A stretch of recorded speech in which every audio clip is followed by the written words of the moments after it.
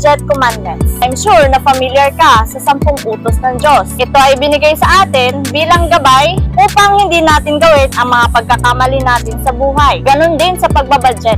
Sundin mo lang ang utos na ito at siya at gaganda ang iyong buhay. Oh my God! Wow! Una, alisin ang mga pinagkakagastusan na hindi naman kailangan. Sa paggastos, tandaan mo na lagi nating dapat unahin ang ating mga needs kesa sa mga wants. Pangalawa, huwag na huwag kang bumili ng isang bagay para lamang may maipagyabang.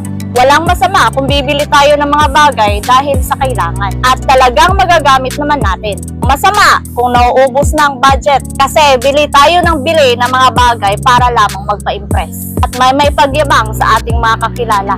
Ganda ng dating, wala namang datong. Pangatlo, pagkaroon ng budget plan at ilista ang income at expenses. Mahalaga ito upang malaman natin kung paano makokontrol ang ating mga gastusin at dito natin makikita kung ano yung mga kailangan i-adjust para magkasya ang ating budget sa takdang panahon.